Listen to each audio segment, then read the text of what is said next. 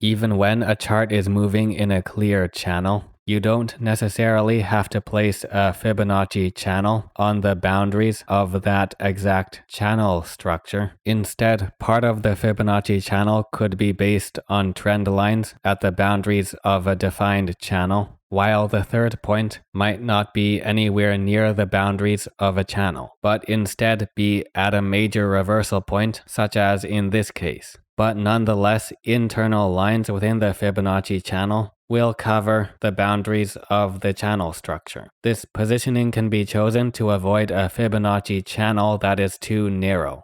Now for this steady downtrend, the first choice for a trend-based Fibonacci time zone would naturally be based on the previous uptrend and the transition towards more bearish sentiment. Of course, there can be several choices and variations for a trend-based Fibonacci time zone, and usually, like in this case, when it's combined with a Fibonacci channel, there often won't just be one trend-based Fibonacci time zone position that is drastically better than the rest. And the same holds true for the application of a regular Fibonacci time zone and its possible variations. So it is definitely useful to look for areas of overlap between the various intersections with the Fibonacci channel and the varied positions of these Fibonacci time analysis tools, which can end up being quite close together, often at areas with more significant events such as sharper reversals and chart patterns.